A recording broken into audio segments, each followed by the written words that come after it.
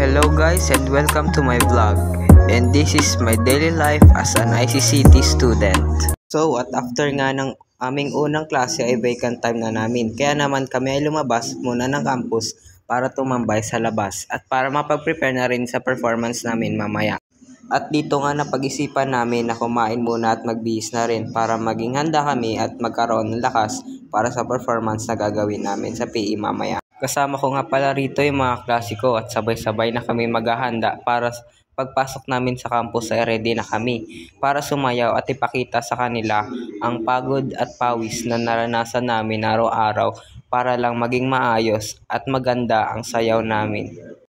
At ayun na nga, umakyat na kami ng overpass para pupunta sa kabila at mapapansin nyo na sobrang init na ng mga oras na yan. Kaya naman napag-isipan namin na pumunta sa Jollibee para kumain at makapagbihis na rin.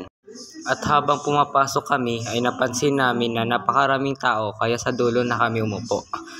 At ayun na nga, nakuha na namin yung in-order namin. Kaya habang kami ay kumakain ay kakantahan muna kayo ng aking kaibigan. Labis na nainip, nayaya mo sa bawat salit.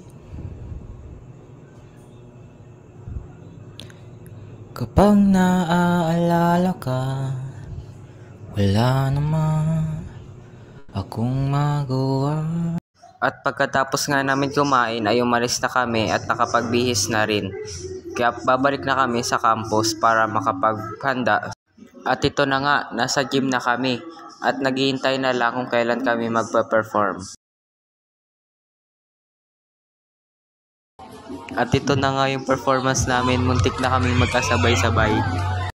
At ayun na nga, tapos na kami mag-perform at pauwi na kami sa mga oras na ito. At ayun lang, maraming salamat sa panonood. Bye-bye!